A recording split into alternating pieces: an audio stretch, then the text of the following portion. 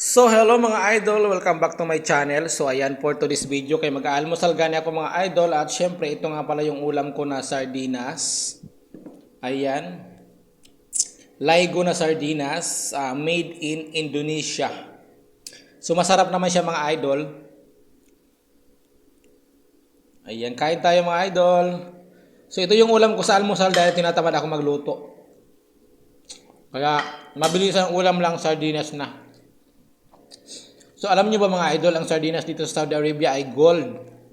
Gold ang presyo kasi alam niyo itong ganitong sardinas ay 3.50 real. So ibig sabihin ay nasa 52 pesos. O di ba? Guys, sardinas 52 pesos Pinas money. Samantala sa Pilipinas parang 25 lang yata ito or 22 o di ko sure. So basta yun ang aking ulam mga idol dahil syempre namimiss ko yung sardinas and medyo tinatamad ako magluto ng aking ulam. Ito lang yung ulam ko, sardinas, kasi mabilisan. Mabilis ang ulam. Pero masarap mga idol, bilang isang OFW nakakamiss ang sardinas na ulam. Yummy. And shoutout nga pala yung sa lahat ng mga OFW.